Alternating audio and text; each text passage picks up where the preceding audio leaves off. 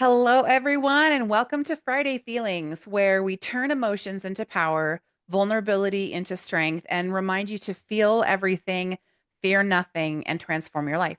I'm your host, Janelle Friday, and this is a really exciting episode. We're talking about connecting your emotions to purpose and vision. So, in essence, our emotions are powerful drivers of purpose and vision that guide us towards what truly matters in our lives. So, in this episode, I'm going to explore with my amazing guest how emotional intelligence helps drive and align your emotions with your values, goals, and long term aspirations. So, I want to first start by welcoming my lovely friend and guest, Audra. Audra, thank you so much for being here with us today. Janelle, thank you so much for having me. I've been looking forward to sitting here and talking with you, Yeah, me especially too. about emotions and connecting them to action. This is going to be super fun. Yeah, I agree. So I'll just give a quick background. Audra and I connected through professional network. And as we were talking about her project and her podcast, we just built a really great relationship. And then I had the amazing chance, those of you who work remotely, we don't get to meet each other very often, but Audra happened to come through Denver. So we had a girls' night out and worked on a crafting project and got to just spend some time getting to know each other. And I've come to really respect her journey, her vulnerability, her strength, and she's someone I look up to on a very deep level. So, Audra, tell us a little bit about you, your podcast, what you're doing, your life. Let us get to know you a little bit. Well, I am a working professional. I I am a woman in a male-dominated field. Yay! I've got lots of company. I am a married mom. I'm almost a 30-year married veteran, meaning that Congratulations, that's we amazing. that will be married 30 years in October. That's I awesome. have two adult children, one of which is married, the other one will be married in May. Um, and almost 5 years ago, I started a podcast, not having any clue as to what I was doing, but had a vision as to what I wanted and why I wanted it. Mm, And the most amazing things have happened because I stepped out of a comfort zone and just stepped out on faith and chased a vision. that's amazing. So the name of the podcast is. Women in the arena. Okay. So, you have you're not at home right now. You're with your son. You're being a good mom. But Yes, at home, you have something behind you when we do Zoom calls. Do you want to tell us about that? I do. So I have this fairly large plaque behind me, and it is the Teddy Roosevelt quote. And it is the Teddy Roosevelt quote of man in the arena, although the pronouns are changed and it says women in the arena. Okay. And interestingly enough, this plaque has hung on my wall for years. And it has been on my wall longer than I actually had this podcast. And I had this made by a friend of mine after I watched a Brene Brown special on Netflix. And I thought, Mm, what an amazing quote. But the pronouns are wrong because this sounds more like every woman I know. And so mm, I immediately called a friend of mine who's an artist. And I said, I need you to make this for me, fix the pronouns, and I'm going to hang it on my wall in my office. And that's where it hung for 2 years before I ever had the inspiration to create a podcast. I love that. So, I have the quote pulled up, unless you do, if you want to read it. I don't have it, but I Oh, don't have it okay. available to me. So you go ahead and read Okay. it. So this is Teddy Roosevelt's speech, "Citizenship in a Republic," delivered in 1910. It is not the critic who counts, not the man who points out how the strong man stumbles, or whether the doer of deeds could have done them better.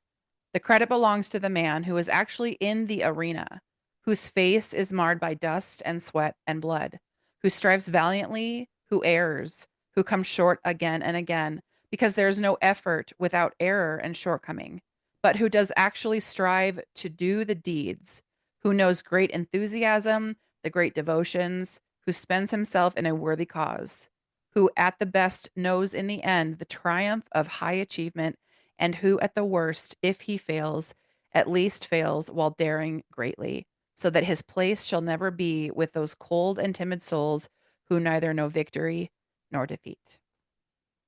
That's amazing. And sorry I didn't put the her in there or woman, but it's so inspiring. And so here we go. Here's the podcast, Women in Yeah. the Arena, Yep. and you have been on air for how long now?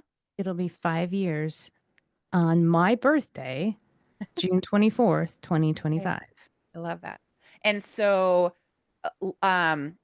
tell us about who do you tell us about who you bring to the podcast? Who's the podcast for? Honestly, the podcast is for me, if you want to know the truth. I Um, love that. the, the podcast, the podcast was created because I needed it. Um, I needed a place where I could connect with exceptional women just like me, that I could reach out to them, I could talk to them, I could ask them questions, and they would be willing to be vulnerable and transparent with me and not give me any pretense. And I didn't want it to be shiny. I didn't want it to be overproduced. I wanted it to be real. So I went looking for this community. I didn't set out to create something. I went looking for it originally Mhm. and couldn't find it. So that's why I made it. And I started with my friends because they were the most amazing, remarkable people I knew. Mm. And then I said, okay, if you like this, then you need to introduce me to other amazing, remarkable people that you know. Yeah. Yeah. And that's how it grew. And it grew literally one woman at a time. And now these amazing, remarkable women from all over the planet find me to tell me their amazing, incredible, remarkable, vulnerable, beautiful, heartbreaking, extraordinary stories. That's amazing. And I mean, I've been a fan, I'm a listener. Um, and so I want us to okay, so that's your podcast, that's what you did, that's this massive project. So let's switch a little bit, right? I want to talk about the emotional journey it's taken you on as you've been on a physical emotional journey kind of at the same time. Yeah. Um, this podcast was the spark. Because it started with anger. It started with frustration, and it started with this. I need this. It Mm, started with, why are these amazing, remarkable women all around me and nobody sees them? Why is that? Why are these amazing women so brilliant and nobody sees them, and getting so frustrated, so angry, and not anybody recognizing how much they pour themselves into absolutely in everything that they do, and nobody sees it. So I will elevate them and elevate their voices because I was screaming from the inside out, and so were all of they. yeah. So this was my rebellion. So it started born out of need and raw anger and frustration. And it was born in COVID.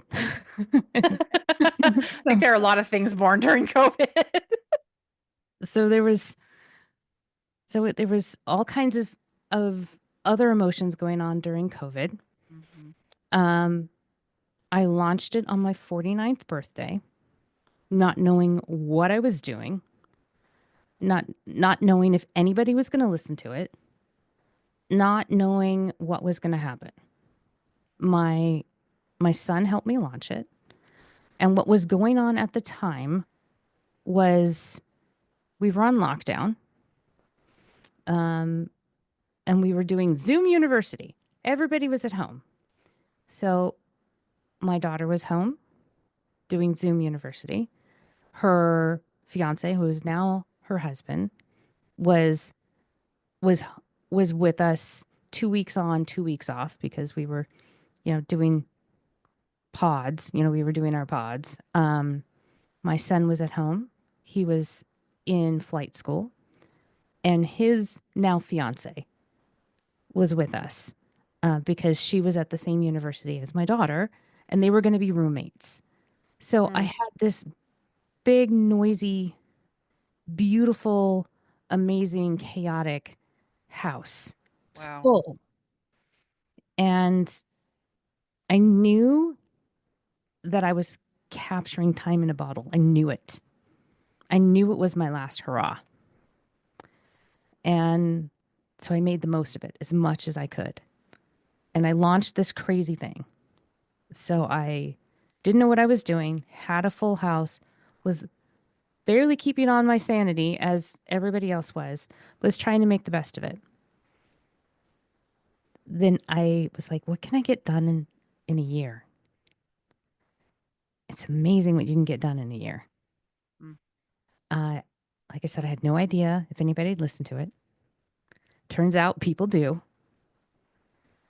And I've met the most extraordinary women all over the world that I would never have met had I not done this. Mm. But in parallel, as the world has evolved, my life has evolved. These these children have now gone on to get married. My son has now moved across the country, and now this big, noisy, chaotic, beautiful, extraordinary, full house has now become very quiet. And I had to become accustomed to that. So while I was filling my life with this extraordinary gift of these incredible women sharing their vulnerabilities and their stories and pouring their their souls into their this microphone and the it's amazing what happens when you have these intimate conversations because the screen goes away, the microphone goes away, and it's just the distance goes away. And it's just you and your guest. And that's a gift. That's a Mm. tremendous gift.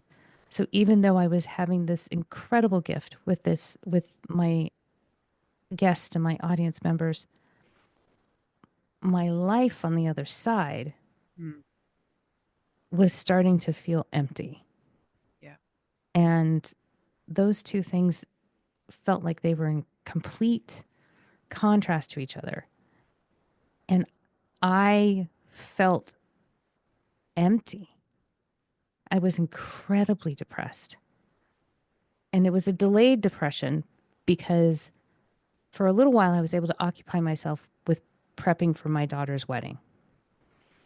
But after a while, you can only outrun that for a little, for as, Because then the wedding happens. because then the wedding happens. And then, and then your emotions catch up to you. And then you have to face them. And then you have to face the finality that there is a chapter of your life that is done Yeah. and it's not coming back. Yeah. And that was a reality that was difficult to face and I struggled with for an entire year.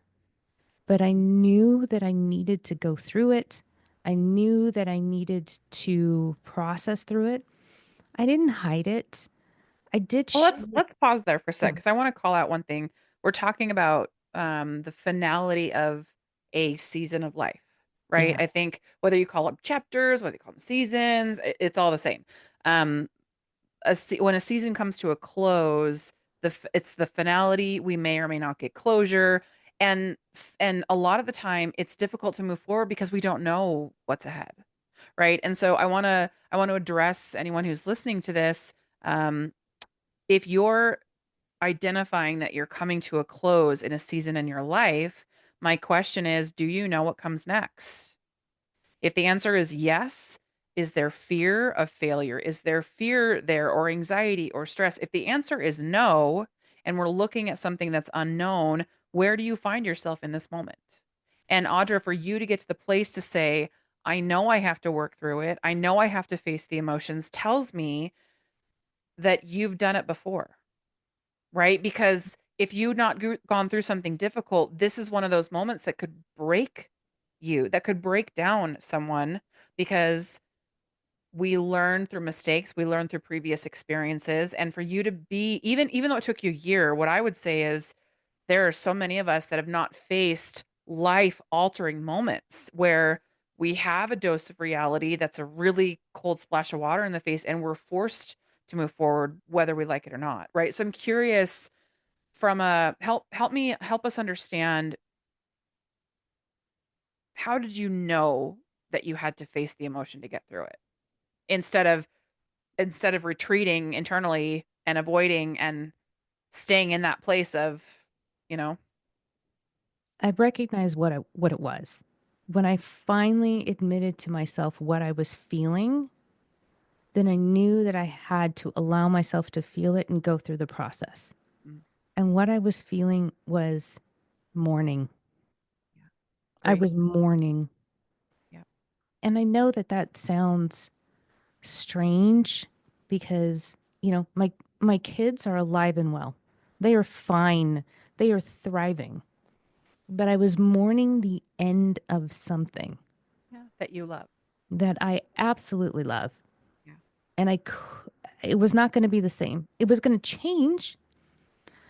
It might be better in the future, but that those crazy Friday nights in my household were done. Pizza night with the kids every Friday was done. Yeah. Movie night with junk food and having, 50 kids run in and out of my household and tracking crap in my house is done. It's all done. So you took the time to process, Hmm. right? You said it took you about a year. Took me a year. And then what changed? How did you pivot to take a step forward?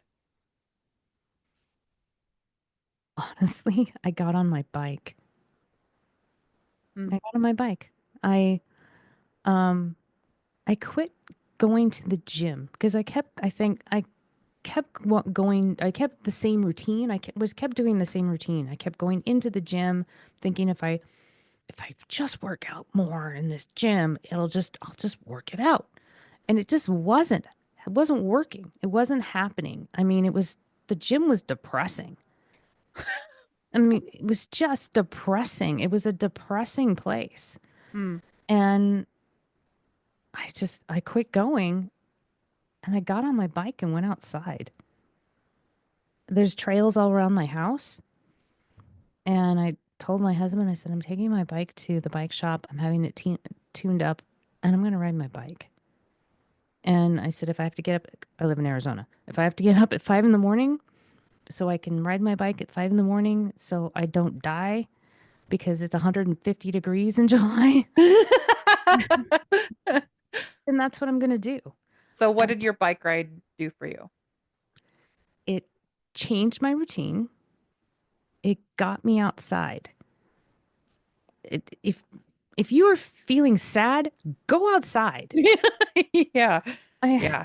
I don't know what Fresh air and some sunshine. fresh air and sunshine does you wonders. Yeah. Putting your feet on the grass does you wonders. But changing, so physically changing my environment, Okay. that did something. Yep.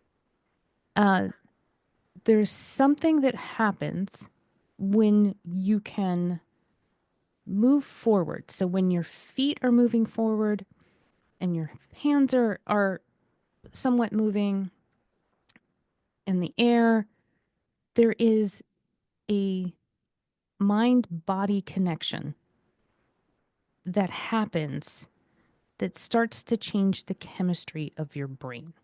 Okay, y'all. I didn't tell her to say that. We've talked about mind body connection. I just want to say that was completely authentic from Audra. And I love that you're transitioning to that, because and I'm gonna try to keep us to time. I feel like we could sit here and talk forever. So let's dive right into that, which is connecting your mind and body means that you can use your emotions to provide clarity on personal values and aspirations, right? You're connecting a physical change in your body, which contributes to the gray matter in your brain that is responsible for how our brains think and process about ourselves, about others, and about life. So, literally, what Audra's saying is that by getting out of her normal routine, doing something physical, being outside, we know is good for the body, the brain. She was physically telling her body and her brain, "I'm moving forward," literally. And so now we're at the point where you're feeling good. You're riding your bike. Tell us about the you're literally becoming self-aware, a new level of self-awareness. And so let's shift into, okay, you're now self-aware, you know what you need to do. How does the purpose come in after that? What was your purpose on the other side? Um, it's my purpose started to become clearer. Like I started to see things in a different level, meaning like like it started to strip off layers. Like it was like clouds started to clear. Mm, And it was, is this what I want to do? How do I want to show up in the world? So I started to be with purpose with everything I do, meaning, how do I want to show up in my marriage? Do mhm, I really want to drag around old baggage in my marriage? If there's Is there anything I can do about it today that happened 10 years ago, 20 years ago? No. Is Are we doing, are there habits that we're still doing that affect us today? No. Well, then why am I dragging it with me? Okay, do I need it? No. Has his behaviors changed and improved from the behaviors I didn't like before? Yes. Why am I dragging that with me? mm, It's really heavy. I think I'll drop it. So I try to change on how I show up in my marriage. How do I show up in my friendships? mm. There have there's been some friendships that I unfortunately had to walk away from because of the way they didn't show up.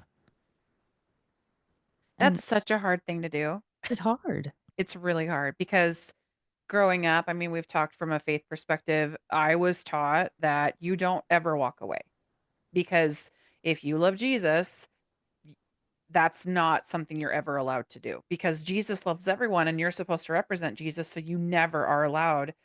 And and it's only until my adult life that I realize how toxic that mentality is. And there comes a point when you have to have personal boundaries. So you at that point, I would say you were figuring out what your personal boundaries were as well. Yeah, it was really strange. Hmm. It was really strange. Are you And surprised by the boundaries that you realized were there that you had maybe ignored or not had before? yeah. Yeah, it surprised me. Um I mean, and I started questioning things on everything. Like, what do I want to do going forward? Yeah. Is this what I want to do professionally? Is this environment that I'm in good enough for me? And and if it is, great. How do I want to show up here? Mm, If it isn't, how do I want to change it?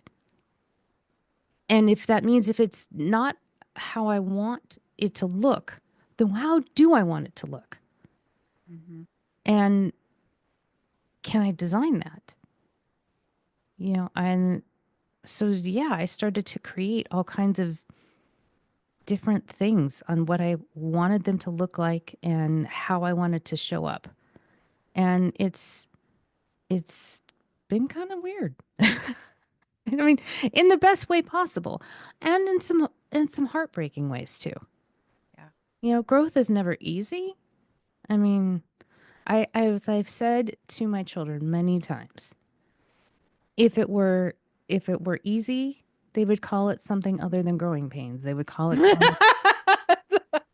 That's so true. I agree. And when you think about because I wanna excuse me, I always want to tie this back to EQ and tactical application. So um physically besides biking, right? Because what I talk about in regards to getting your emotions out, You can bike, I have a friend, my friend Stina, who runs, right? There are people that do a physical release, but there's also a need from a visual perspective to work out the internal voice that you hear with the truth from like a verbal affirmation or a I am statement or sticky notes that are around you. So, what habits have you created for yourself to keep you and your mind on the path that you've chosen that you're committed to?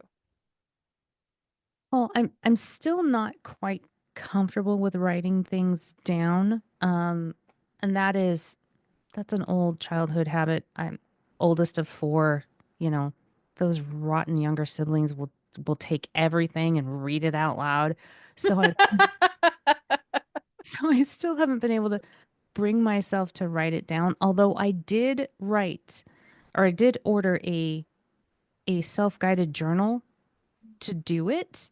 Love I that. just haven't given myself the quiet time to start reflecting and do it, but I have every intention of doing that. But what I do, my version of quiet time and self-reflection is, at least for now, is done through creativity. Mm, And and for me, that is something that I do with my hands. And that's I crochet and I sew.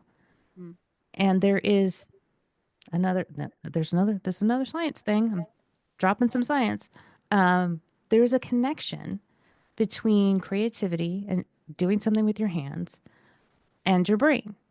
It it physically slows down your brain. It lowers your blood pressure and it allows you to have some clarity.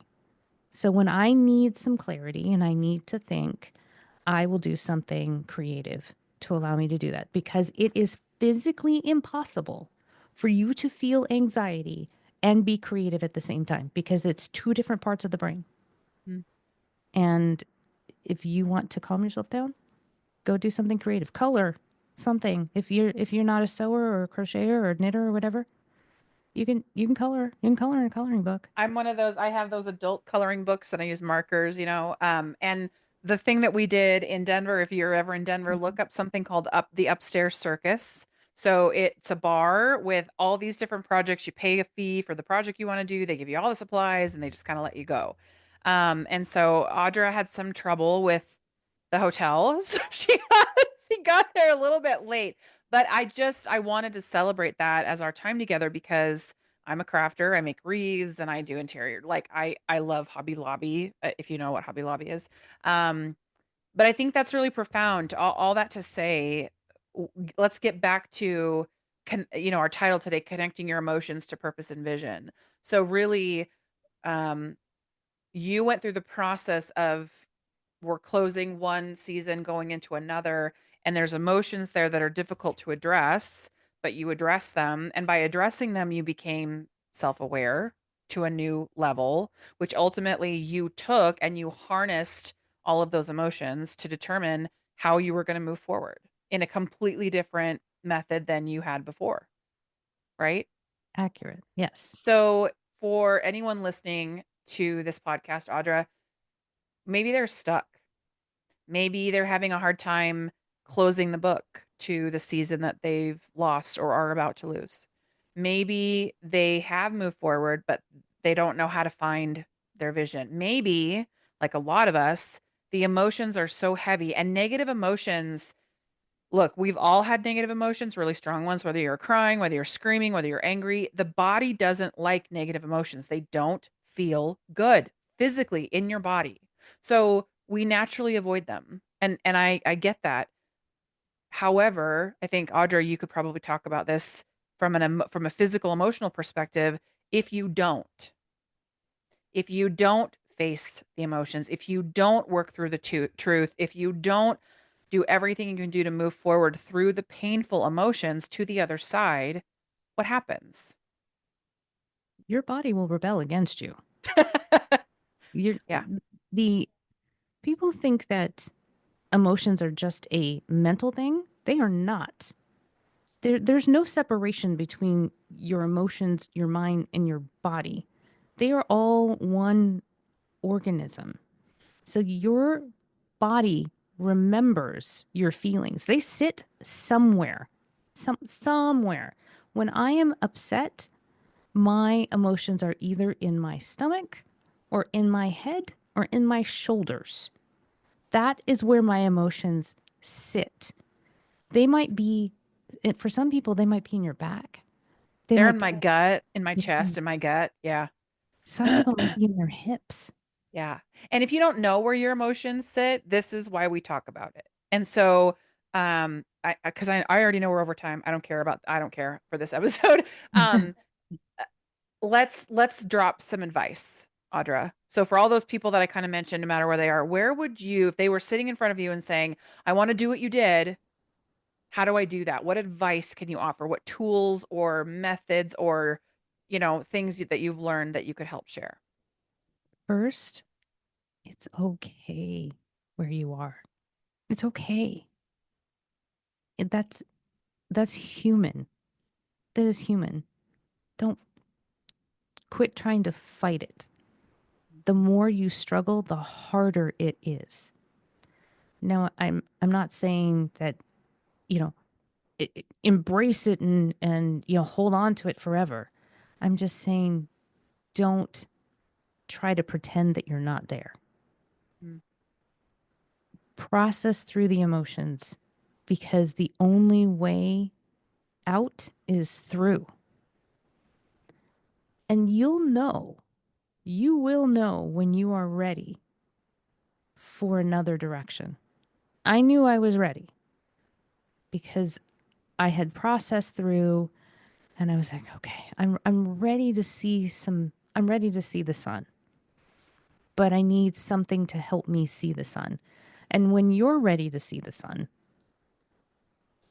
do something physical. You don't have to go and jump on your bike like I did, but maybe go take a walk. You know, something as simple as that, or take a take a yoga class. Move your body. It doesn't have to be strenuous, but move your body. Mm. But get outside, even if it is 10 minutes a day. Get outside, especially if you work from home. Get out of your Yeah. house. Yeah. And so I'm going to tie this back into the title of your podcast, Women in the Arena, the Man in the Arena. I want to highlight what it says at the very end is that if who at the best knows that in the end of at the end, the triumph of high achievement, and who at the worst, if he fails, at least fails while daring greatly, so that his place shall never be with those cold and timid souls who neither know victory nor defeat. If you don't do anything, you are defeated. If you don't do anything, nothing will change. If you think that by reading a book, listening to a song, sitting on your couch and playing video games and thinking about things is going to help you move forward, I'm here to tell you you are wrong. Your brain and your body both have to come together. And the only way for that to do that is for you to face it, acknowledge it, and deal with it. Because by not doing it, you are immobilizing your soul, your heart, your brain, your body, and there's nowhere to go.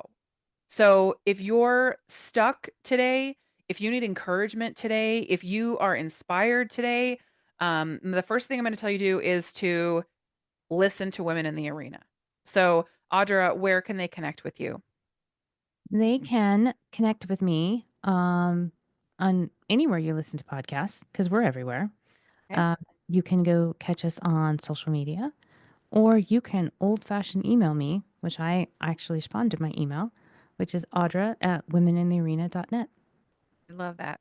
And as always, for everyone listening today, I'm also someone who, if you're listening and you identify with what we're talking about, you want to have a personal one-on-one conversation, I'm always open to that.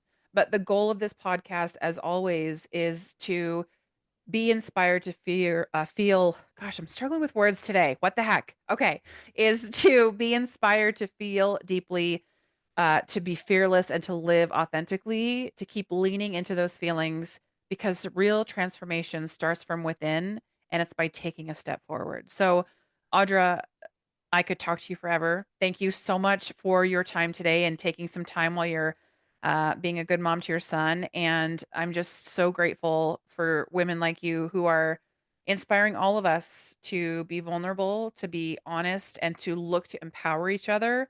So thank you for everything you're doing. Thank you. And thank you for everything that you're doing in talking about this very, very specific and special topic of EQ because we don't talk about it enough.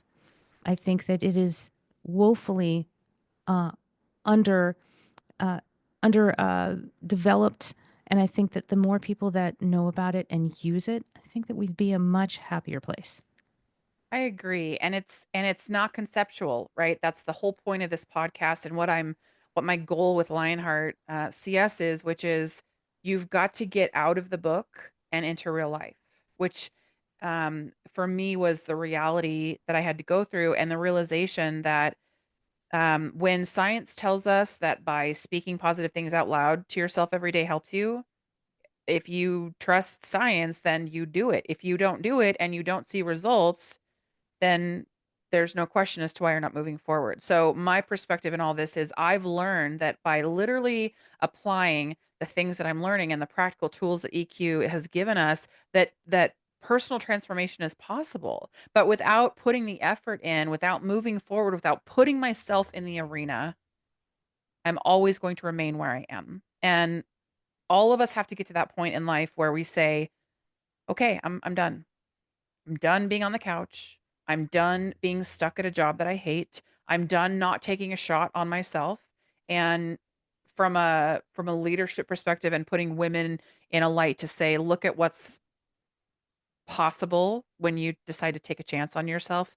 You are the living embodiment of that. And I'm so proud of what you're doing. And again, I couldn't be more delighted that you took time with us today. So thank you again. Well, thank you. Thank you for having me here. I appreciate it. You got it. Well, have a great weekend, everybody. We'll talk next week. Bye.